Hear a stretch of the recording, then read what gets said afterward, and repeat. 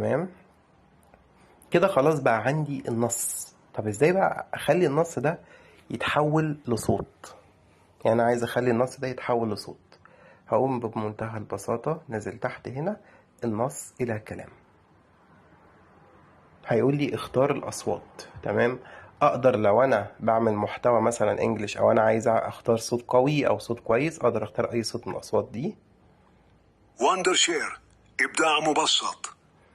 وهكذا وهكذا، في شوية اصوات كويسة جدا جدا اقدر اشتغل عليها. بس احنا عايزين نعمل حاجة خاصة بينا احنا، علشان الاسترايك الكوبي رايت اعادة الاستخدام الحاجات دي كلها احنا مش حابينها. فانا هختار هنا بقى تسجيلاتي الصوتية.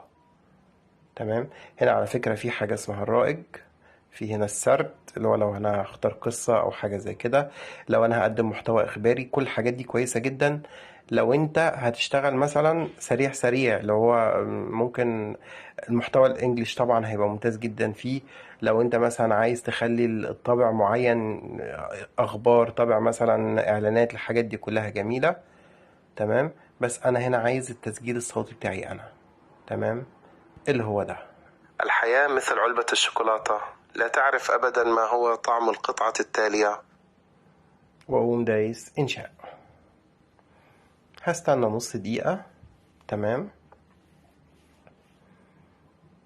وللعلم النص اللي أنا حطيته باللهجة المصرية، ده يعني بحاول أصعبها على قد ما أقدر على الذكاء الصناعي علشان أشوف أقوى كواليتي ممكن يقدمه لي. هو هنا بيقول لي إن هو خلص تمام، أقول له شغل لي.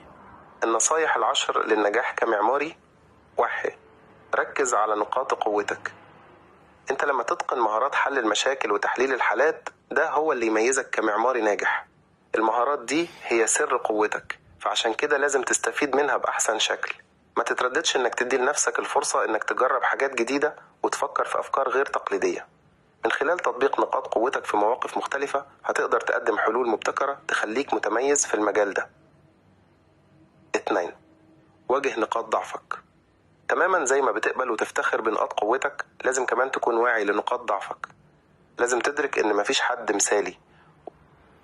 ممتاز جدا جدا جدا. طبعا اقدر بقى احط فيديو، احط صور، اطول الصور دي، احط صور جديدة، واقدر اعمل افكتات. على فكرة جربتها، خفض الضوضاء دي ممتازة جدا جدا. لو انت بتسجل دي بقى، لو انت مثلا من النوع اللي بتسجل بنفسك فيديوهات مش بتشتغل على الذكاء الصناعي، يعني انت دلوقتي بتسجل فيديو بس في زيطة حواليك، صوت عربيات وقطط وناس بتنادي، كل ده هيحوشه.